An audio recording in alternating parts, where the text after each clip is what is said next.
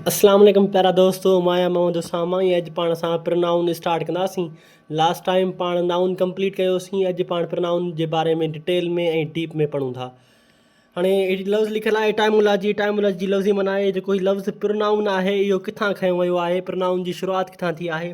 जेकॾहिं लफ़्ज़ प्रोनाउन ॾिसूं त उहो ॿिनि लफ़्ज़नि जो मेलाप आहे, कॉम्बिनेशन आहे। हिकु लफ़्ज़ आहे प्रो, ॿियो लफ़्ज़ आहे नाउन। प्रो असां लफ़्ज़ इस्तेमालु कंदा आहियूं, चवंदा आहियूं भाउ मां प्रो प्लेयर आहियां, या जेका हीअ मोबाइल वरिती आहे या इन्फिनिक्स नोट 40 प्रो वरिती आहे।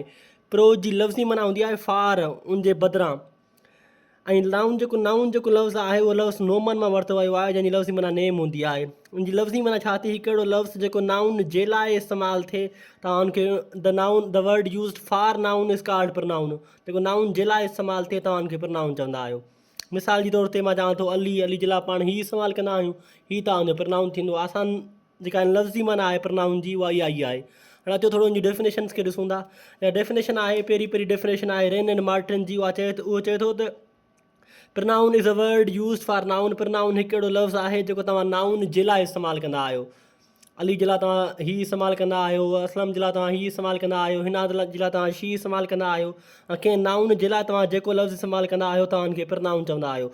मिसाल जे तौर ते हिते सेंटेंस लिखियलु आहे त Ali is absent. Ali absent आहे बिकॉज़ ही इज़ इल, छाकाणि त हीउ बीमार आहे। हीअ आहे तव्हां अली जे लाइ इस्तेमालु कयो आहे।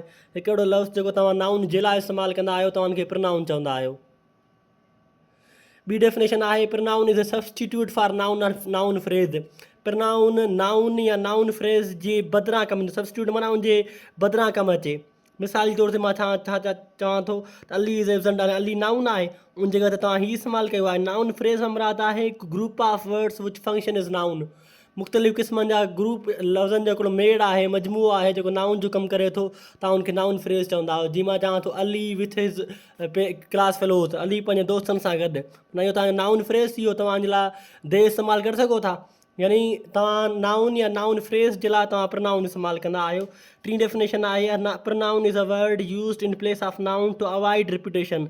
प्रोनाउन हिकिड़ो लफ़्ज़ आहे जेको तव्हां नाउन जी जॻह ते इस्तेमालु कंदा आहियो रिपीटेशन खे ख़तमु करण जे लाइ।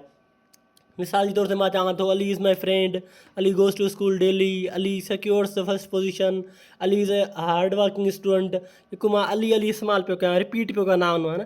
जॾहिं मां नाउन जी रिपीटेशन ख़तमु कयां पोइ त मां प्रोनाउन यूज़ कंदुसि। मिसाल Ali is my friend, he is a hard working. हाणे अली जॻह ते मूं हीउ इस्तेमालु कयो, he secures the first position. Noun जी रिपीटेशन वरी न थिए, तंहिंजे करे तव्हां प्रोनाउन इस्तेमालु कंदा आहियो। कुझु नाला हूंदा आहिनि जेके तमामु घणा वॾा हूंदा आहिनि। हाणे मां चवां थो मोहम्मद उसामा, जो नालो वॾो आहे, जेकॾहिं मां इहो नालो बार बार इस्तेमालु कयां त इहो तमामु घणो ॾुखियो थी वेंदो। उनजी रिपीटेशन खे ख़तमु करण जे लाइ तव्हां प्रोनाउन इस्तेमालु कंदा आहियो। या हीअ डेफिनेशन जेका आहे उहा बहितरीनु डेफिनेशन आहे। उहा चए थो pronoun is a word, pronoun हिकिड़ो लफ़्ज़ आहे या त उहो नाउन खे रिप्लेस कंदो आहे, मां नाउन जी जॻह ते इस्तेमालु थींदो आहे, या एंटीसीडेंट खे रिफर कंदो आहे। एंटीसीडेंट मां मुराद छा आहे, हिकिड़ो लफ़्ज़ जंहिंखे नाउन ॿुधाए, जंहिंजे बारे में तव्हांखे नाउन ॿुधाए थो। मिसाल जे तौर ते मां द बॉय हू मेट विथ यू, उहो छोकिरो जेको तव्हां, हाणे हू प्रोनाउन आहे, हू तव्हां कंहिंजे बारे में थो ॿुधाए, बॉय जे बारे में। बॉय तव्हांजो एंटीसीडेंट आहे। इहो पाण रिलेटिव प्रोनाउन जे अंदरि डिटेल में इंशाल्लाह डिस्कस कंदासीं पाण हिन खे। हीअ चए थो या तव्हांजो रिप्लेस कंदो आहे, तव्हांजी जॻह ते इस्तेमालु थींदो आहे, या नाउन खे रिफर कंदो आहे। मिसाल जे तौर ते मां चवां थो she lost book of hers, ऐं हुन पंहिंजो किताबु विञायो। हाणे हर्स जेको आहे त प्रोनाउन, हाणे इहो कंहिंजे बदिरां कमु न आहे आयो। इहो जेको आहे नाउन ॾांहुं रिफर पियो करे, केॾांहुं रिफर पियो करे, शी ॾांहुं रिफर पियो करे, नाउन जे बदिरां। लफ़्ज़ी माना छा आहे त प्रोनाउन लाज़मी न आहे त कंहिं नाउन ॾांहुं रिफर करे, बल्कि प्रोनाउन कंहिं नाउन खे रिफर बि करे सघे थो, उनजी रिप्लेस करण जे बदिरां उनखे रिफर बि करे सघे थो। हाणे जीअं हिते सेंटेंस लिखियलु आहे त Rizwan said that Rizwan wants to use the computer. Rizwan चयो त रिज़वान कंप्यूटर हलाइणु चाहे थो। दैट बिलोंग्स टू रिज़वान, जेको रिज़वान जो आहे। हाणे साम्हूं नाउन 2-3 दफ़ा इस्तेमालु कयो आहे। नाउन हिकिड़े दफ़ा इस्तेमालु थींदो आहे, पोइ बाद में तव्हां वरी जो प्रोनाउन इस्तेमालु कंदा आहियो। जी इहो जुमिलो ग़लति आहे, जुमिलो सही छा थींदो, Rizwan said that he wants to use the computer that belongs to him. Rizwan तव्हां पहिरियों दफ़ा इस्तेमालु कयो, उनखां बाद में तव्हां प्रोनाउन इस्तेमालु कंदा आहियो, उनखां पोइ तव्हां नाउन न आहियो इस्तेमालु कंदा। अॻिते आहे टाइप्स ऑफ प्रोनाउन। प्रोनाउन जो जेको टाइप आहे, अॼु पर्सनल प्रोनाउन खे पाण डिटेल में डिस्कस कंदासीं। पर्सनल प्रोनाउन छा आहे? पर्सनल प्रोनाउन मां मुराद आहे हिकिड़ो प्रोनाउन जेको पर्सन, प्लेस, एनिमल या थिंग खे रिफर करे। स्पेसिफिक पर्सन, स्पेसिफिक मां मुराद आहे जेको ख़ासि हुजे, जेके तव्हां सुञाणो था। अच्छा, अली इज़ अ बॉय, ही इज़ अ इन इंटेलिजेंट बि आहे, माना अली हिकु छोकिरो आहे जेको हिकिड़ो होशियारु छोकिरो आहे। हीउ जेको तव्हां ॿुधायो पिया अली जे बारे में, अली हिकिड़ो मख़सूस आहे, वाज़े आहे, त तव्हांखे वाज़े माण्हू जे बारे में, वाज़े कंहिं शइ जॻह जे बारे में, वाज़े कंहिं जानवर या वाज़े कंहिं शइ जे बारे में ॿुधाए, उहो तव्हांजो पर्सनल प्रनाउन हूंदो आहे। या त ॿी डेफिनेशन आहे त कहिड़ो क़िस्म जो pronoun that represents grammatical person, जो ग्रामेटिकल पर्सन खे ज़ाहिर करे। हाणे ग्रामेटिकल पर्सन छा आहे, हिकु refers to the perspective of the person pronoun, माना पर्सनल प्रनाउन जो कहिड़ो नज़रियो आहे, माना पर्सनल प्रनाउन या पर्सन आहे, या पर्सनल प्रनाउन जो ॻाल्हाईंदड़ आहे, पर्सनल प्रनाउन ॿुधंदड़ आहे, या पर्सनल प्रनाउन जंहिंजे बारे में तव्हां ॻाल्हायो था उनखे तव्हां पर्सन चवंदा आहियो इंग्लिश में। हाणे ग्रामेटिकल पर्सन मां मुराद इहो न आहे सिर्फ़ु माण्हू ई आहे, सिर्फ़ु पर्सन ई आहे, जीअं अली आहे, असलम आहे। ग्रामेटिकल पर्सन मां मुराद आहे त माना उहो केरु आहे, ॻाल्हाईंदड़ आहे, या जंहिंसां तव्हां ॻाल्हायो पिया उहो आहे, या जंहिंजे बारे में तव्हां ॻाल्हायो था उहो आहे। ग्रामेटिकल पर्सन मां मुराद इहो आहे। जीअं त I am feeling tired today, मां जेको आहे टायर्ड बि फील कयां। आई जेको आहे उहो स्पीकर जे बारे में, माना मां अॼु टायर्ड, माना मां ॻाल्हायां पियो न, स्पीकर जे बारे में आहे। Aamir is an intelligent, he works hard, Aamir जेको आहे हिकिड़ो शागिर्दु आहे, हीउ तमामु घणी महिनत करे थो। हीउ जेको आहे तव्हांखे नाउन जे बारे में थो ॿुधाए। Honesty is the best policy, honesty, हाणे ॾिसो जेको इंटेंजिबल कॉन्सेप्ट आहे न, उहो बि तव्हां उनजे बारे में तव्हांखे पर्सनल प्रनाउन ॿुधाए सघे थो। हाणे अनेस्टी जे बारे में तव्हां इट यूज़ कयो पिया, अनेस्टी ईमानदारी तव्हांजो पर्सन त न आहे, नई वर तव्हांजी का शइ आहे, माना एब्स्ट्रैक्ट नाउन आहे, उनजे बारे में तव्हांखे प्रनाउन ॿुधाए सघे थो। यानी चवण जो मतिलबु छा आहे, पर्सनल प्रनाउन तव्हांजो पर्सन, प्लेस, थिंग या कंहिं एब्स्ट्रैक्ट नाउन खे बि रिफर करे सघे थो। हाणे हिते आहे inflection of personal pronoun, personal pronoun जी इन्फ्लेक्शन। हाणे इन्फ्लेक्शन छा आहे, इन्फ्लेक्शन जी लफ़्ज़ माना आहे change in the form of pronoun, तव्हां प्रनाउन जी शिकिल खे तब्दील कयो, पर्सन जे लिहाज़ खां, नंबर जे लिहाज़ खां, जेंडर जे लिहाज़ खां, या केस जे लिहाज़ खां। हाणे कीअं थोरो सम्झूं था अचो, जीअं ॾिसो आई जेको लफ़्ज़ आहे न, उहो हर हाल में, हर सिचुएशन में साॻियो न आयो हूंदो। आई एम ए स्टूडेंट, हिते सब्जेक्ट जी ज़रूरत आहे, पाण आई इस्तेमालु कयो आहे। मंसूर हेल्पड मी, हिते ऑब्जेक्ट जी ज़रूरत आहे, पाण मी इस्तेमालु कयो आहे। द बुक इज़ माइन, हिते पॉज़िटिव केस जी ज़रूरत आहे, पाण माइन इस्तेमालु कयो आहे। दिस बुक इज़ अवर्स, हाणे ॾिसो हिते माना प्लूरल जी केस आहे, पाण अवर्स इस्तेमालु कयो आहे। यानी जेको आई प्रनाउन आहे उहो तब्दील पियो थिए सब्जेक्ट जे करे, ऑब्जेक्ट जे करे, पॉज़िटिव केस जे करे, या नंबर सिंगुलर प्लूरल जे करे। इनखे तव्हां चेंजिंग खे ई तव्हां इहो इन्फ्लेक्शन चवंदा आहियो। इन्फ्लेक्शन मां मुराद आहे चेंजिंग, पर्सनल प्रनाउन में जेका तब्दीली ईंदी आहे सब्जेक्ट जे करे, टेंस सब्जेक्ट जे करे, या नंबर जे करे, या जेंडर जे करे, या केस जे करे, तव्हां उनखे इन्फ्लेक्शन चवंदा आहियो। हाणे cases of personal pronoun, personal pronoun जा केस कहिड़ा हूंदा आहिनि। जेको फर्स्ट पर्सन प्रनाउन आहे उहो उनजो जेको सब्जेक्टिव केस हिकु आई हूंदो आहे, ऐं जेको आई सिंगुलर हूंदो आहे, जेको प्लूरल हूंदो आहे उहो तव्हांजो वी हूंदो आहे। आई जो ऑब्जेक्टिव केस मी आहे, ऐं आई जो पॉज़िटिव केस मै या माइन आहे। मिसाल जे तौर ते मां चवां थो ही हेल्प्ड डैश, हाणे हिन माना मुंहिंजी मदद कई, तव्हांखे हिते ऑब्जेक्ट जी ज़रूरत आहे, पोइ पाण ऑब्जेक्टिव केस इस्तेमालु कंदासीं, पाण सब्जेक्टिव केस कोन इस्तेमालु कंदासीं। डैश वेटेड फॉर हिम, हाणे हिते पाण खे सब्जेक्ट जी ज़रूरत आहे, पोइ पाण सब्जेक्टिव केस इस्तेमालु कंदासीं, पोइ पाण ऑब्जेक्टिव केस कोन इस्तेमालु कंदासीं। ईअं जेको यू आहे सब्जेक्टिव केस आहे, जो ऑब्जेक्टिव केस यू आहे, पॉज़िटिव केस यूअर ऐं यूअर्स ॿई आहिनि।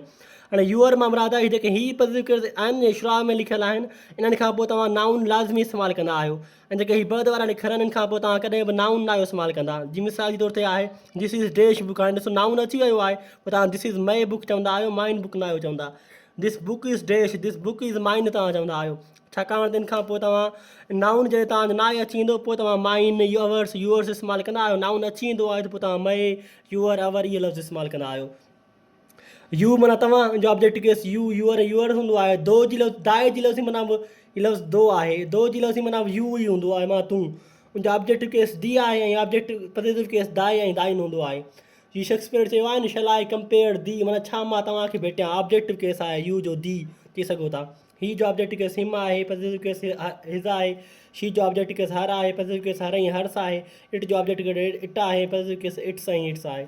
देर जो देम आहे, पॉज़िटिव केस देर ऐं देयर्स आहे। हाणे अचो थोरो उनखे डिटेल में डिस्कस कयूं था।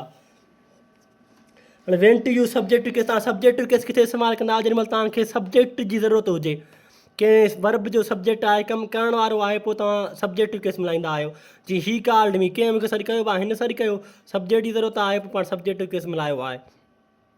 या डैश रोट एन एप्लीकेशन, हाणे जुमिले जी शुरूआत में आहे, पोइ तव्हां सब्जेक्टिव केस मिलाईंदा आहियो, तव्हां ऑब्जेक्टिव केस वग़ैरह न आहियो इस्तेमालु कंदा। अॻिते आहे आफ्टर टू बी वर्बन खां पोइ यानी ज़ेमार खां पोइ वाज़ खां पोइ तव्हां सब्जेक्ट टू केस मिलाईंदा आहियो। द विनर्स आर दे माना उहे विनर्स आहिनि। तव्हां ईअं न आहे माना द विनर्स आर दे जुमिलो ग़लति थी वेंदो। इफ़ आई वर डैश जेकॾहिं मां हुनजी जॻह ते हुजां या हू हुजां त मां ईअं न कयां। इफ़ आई वर शी, इफ़ आई वर हर कोन इस्तेमालु कंदो। यानी तव्हां सब्जेक्ट टू केस इस्तेमालु कंदो, तव्हां ऑब्जेक्ट टू केस कोन इस्तेमालु कंदो। आफ्टर देन खां पोइ तव्हां हमेशह जो तव्हां कहिड़े ऑफिशियल वर्क जा लिखो पिया, सरकारी को कमु आहे या तव्हां पेशे में लिखो पिया, तव्हां कंहिं एग्ज़ाम वग़ैरह में लिखो था, पोइ तव्हां सब्जेक्टिव केस इस्तेमालु कंदव। तव्हां ऑब्जेक्टिव केस कोन इस्तेमालु कंदव। He is taller then I ऐं ही स्मार्टर देन शी। तव्हां जेकॾहिं इनफॉर्मल मां दोस्त ना कुझु लिखो था या पंहिंजे मिट माइट आहे, पोइ तव्हां ऑब्जेक्टिव केस मिलाईंदा आहियो। ऐं एज़ खां पोइ तव्हां हमेशह सब्जेक्टिव केस मिलाईंदा आहियो, ऑब्जेक्टिव केस न इस्तेमालु कंदा आहियो। शी इज़ एज़ टाल एज़ आई, एज़ मी कोन इस्तेमालु कंदासीं। अॻिते आहे इन कोऑर्डिनेटेड सब्जेक्ट में जॾहिं सब्जेक्ट शुरू ॿ या ॿिनि खां वधीक अची वञनि, इट इज़ ही एंड आई आर सब्जेक्ट्स।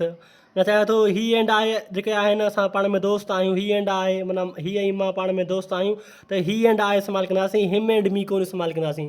जॾहिं हिक खां वधीक सब्जेक्ट अची वेंदा आहिनि तॾहिं बि असां सब्जेक्टिव केस ई मिलाईंदा आहियूं, असां ऑब्जेक्टिव केस न आहियूं इस्तेमालु कंदा। It is good for both Aslam and I. हाणे जॾहिं बोथ अची वेंदो आहे न, पोइ तव्हां बोथ खां पोइ तव्हां सब्जेक्टिव केस मिलाईंदा आहियो, ऑब्जेक्टिव केस न आहियो। बोथ असलम एंड आई हूंदो आहे, बोथ असलम एंड मी न आहे हूंदो। या वरी जेकॾहिं मां चवां थो जे बोथ खां पोइ तव्हां ऑफ मिलायो था, पोइ तव्हां ऑब्जेक्टिव केस मिलाईंदा आहियो। Both of them, both of us, पोइ तव्हां ऑब्जेक्टिव केस मिलाईंदा आहियो। ख़ाली बोथ अची वेंदो आहे, पोइ तव्हां सब्जेक्टिव केस मिलाईंदा आहियो, ऑब्जेक्टिव केस न आहियो मिलाईंदा। हिते when to use objective case. Objective case तव्हां किथे इस्तेमालु कंदा आहियो जॾहिं ऑब्जेक्ट जी ज़रूरत हुजे। ही कॉल्ड हिन कंहिंखे सॾु कई, माना मूंखे सॾु कई, ऑब्जेक्ट खां पोइ वर्ब खां पोइ तव्हां हमेशह ऑब्जेक्टिव केस ई मिलाईंदा आहियो। Is the object of preposition, का प्रीपोजिशन अचे थी वञे, इन अचे थी, एट अचे थी, फार अचे थी, बाय अचे थी, पोइ तव्हां ऑब्जेक्टिव केस मिलाईंदा आहियो।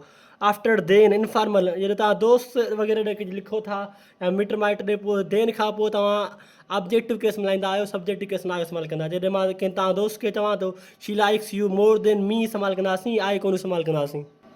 अॻिते लेट जी लफ़्ज़ मां इजाज़त ॾियणु आहे। लेट मी गो माना मूंखे इजाज़त ॾियो वञण जी। लेट खां पोइ तव्हां ऑब्जेक्ट लेटस हूंदो आहे, लेट मी हूंदो आहे, ऑब्जेक्टिव केस मिलाईंदा आहियूं। आफ्टर प्रीपोजिशन बिटवीन खां पोइ जीअं का प्रीपोजिशन अची वञे, पोइ तव्हां हमेशह ऑब्जेक्टिव केस ई मिलाईंदा आहियो। जीअं हिते फार प्रीपोजिशन, ही एट प्रीपोजिशन आहे, बिटवीन बि प्रीपोजिशन हूंदी आहे, बिटवीन यू एंड मी हूंदो आहे, बिटवीन यू एंड आई न आहे हूंदो। आफ्टर बट मीनिंग एक्स, जॾहिं बट जी माना एक्सेप्ट हुजे, खां सवाइ हुजे, पोइ तव्हां बट खां पोइ ऑब्जेक्टिव केस मिलाईंदा आहियो। ऐं हुते बट प्रीपोजिशन ई हूंदी आहे, माना मूंखां सवाइ हुते मौजूदु केर बि कोन हो, there was no one but me. पर बट जी कंजक्शन बि हूंदी आहे, कंजक्शन में ॿिनि जुमिलनि खे पाण में ॻंढींदी आहे। जॾहिं ॿिनि जुमिलनि खे पाण में ॻंढींदी आहे, पोइ तव्हां सब्जेक्टिव केस मिलाईंदा आहियो, ऑब्जेक्टिव केस न इस्तेमालु कंदा। There was nobody but I was present, माना हुते कोई बि कोन हो, मूंखां मां प्रेज़ेंट हुअसि। हिते आहे बट विच में इस्तेमालु थी आहे, तव्हां तंहिं करे सब्जेक्टिव केस इस्तेमालु पिया कयो। हिते बट प्रीपोजिशन तौर ते इस्तेमालु थी आहे, तंहिं करे तव्हां ऑब्जेक्टिव केस पिया इस्तेमालु कयो।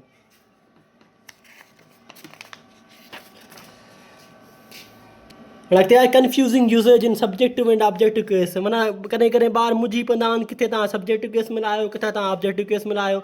देन खां पोइ तव्हां जॾहिं ग्रामर जी किथे को सुवालु अचे थो, कंहिं एग्ज़ाम में सुवालु अचे थो, या जेकॾहिं कंहिं ऑफिशियल वर्क में सुवालु अचे थो, पोइ तव्हां देन खां पोइ ऑब्जेक्टिव केस न आहियो इस्तेमालु कंदा, सब्जेक्टिव केस इस्तेमालु कंदा आहियो।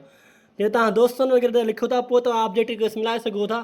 बाक़ी नॉर्मली ग्रामर में या एग्ज़ाम्स वग़ैरह में पेपरनि में तव्हां सब्जेक्टिव केस मिलाईंदा आहियो, तव्हां ऑब्जेक्टिव केस न आहियो इस्तेमालु कंदा।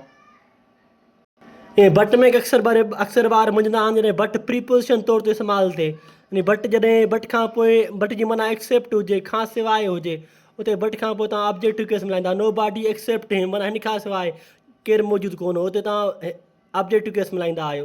हाणे बट जॾहिं कंजक्शन तौर ते इस्तेमालु थिए, ॿिनि जुमिलनि खे पाण में मिलाए, उते बट खां पोइ तव्हां सब्जेक्टिव केस मिलाईंदा आहियो, ऑब्जेक्टिव केस न आहियो इस्तेमालु कंदा।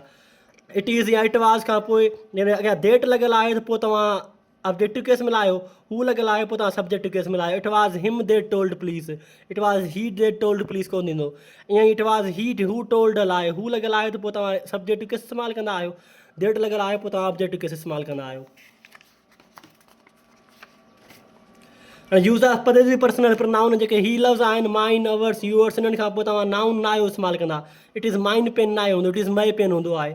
ऐं मई, अवर, यूअर, देयर, हिननि खां पोइ तव्हां नाउन लाज़मी इस्तेमालु कंदा आहियो। दैट बुक इज़ मई कोन हूंदो, दिस इज़ मई बुक। ऐं हिननि खां पोइ तव्हां नाउन लाज़मी इस्तेमालु कंदा आहियो, हिननि खां पोइ तव्हां कॾहिं बि नाउन न आहियो इस्तेमालु कंदा। ऐं हीउ जेको टॉपिक आहे तमामु घणो इम्पॉर्टेंट आहे। जेकॾहिं हिक खां वधीक पर्सनल प्रनाउन गॾु अची था वञनि त पोइ तव्हां पहिरियों सेकेंड पर्सन रखंदा आहियो, पोइ थर्ड पर्सन ऐं पोइ फर्स्ट पर्सन। जी मां चवां थो तव्हां हू ऐं मां बहितरीनु दोस्त आहियूं, ऐं इंग्लिश में कंदासीं यू शी एंड आई, ईअं कंदासीं यू आई एंड शी, जुमिलो ग़लति थी वेंदो। पहिरियों सेकेंड पर्सन, पोइ थर्ड पर्सन, पोइ फर्स्ट पर्सन। जेकॾहिं पर्सनल प्रनाउन प्लूरल में आहिनि, यानी वी प्लूरल आहे, यू जो प्लूरल बि यू हूंदो आहे, ऐं दे प्लूरल में आहे, त पोइ 1 2 3 फार्मूलो रखंदासीं, यानी पहिरियों फर्स्ट पर्सन, पोइ सेकेंड पर्सन, पोइ third person. We you and they थींदो, दे यू एंड वी कोन थींदो। अॻिते आहे 1 2 3। जेकॾहिं को ख़राबु कमु आहे, को गिल्ट आहे, को जुर्म आहे, का ग़लती आहे, पोइ तव्हां 1 2 3 न इस्तेमालु कंदा, पोइ तव्हां 1 2 3 इस्तेमालु कंदा आहियो, 3 2 1 न इस्तेमालु कंदा। I you and he are at fault, मां असां ग़लती ते आहियूं, आई यू एंड ही थींदो, ही यू एंड आई कोन हूंदो। जेका ग़लती वग़ैरह थींदी आहे या को ख़राबु कमु हूंदो आहे, चोरी करणु, चुगली करणु, बुराई करणु, पोइ 1 2 3 इस्तेमालु कंदा आहियूं, पोइ 2 3 1 न इस्तेमालु कंदा। ऐं केस तव्हां पॉज़िटिव केस कहिड़ो इस्तेमालु कंदा आहियो, ऐं तव्हां जेको फर्स्ट पर्सन मिलियल आहे, यानी वी मिलियल आहे, अॻियां तव्हां अवर मिलाईंदा आहियो, यूअर वग़ैरह न, we and you should try, your based न आहे हूंदो, अवर बेस्ड हूंदो आहे। ऐं जॾहिं फर्स्ट पर्सन न आहे, पोइ सेकेंड ऐं थर्ड पर्सन आहे, त पोइ तव्हां सिर्फ़ु सेकेंड पर्सन जे मुताबिक़ मिलाईंदा, you and they should mind your business हूंदो आहे, देयर पर बिज़नेस न आहे हूंदो। Thank you very much. जेकॾहिं हिननि में को क्वेश्चन वग़ैरह आहे, को सवाल वग़ैरह आहे, त प्लीज़ पुछी वठिजो।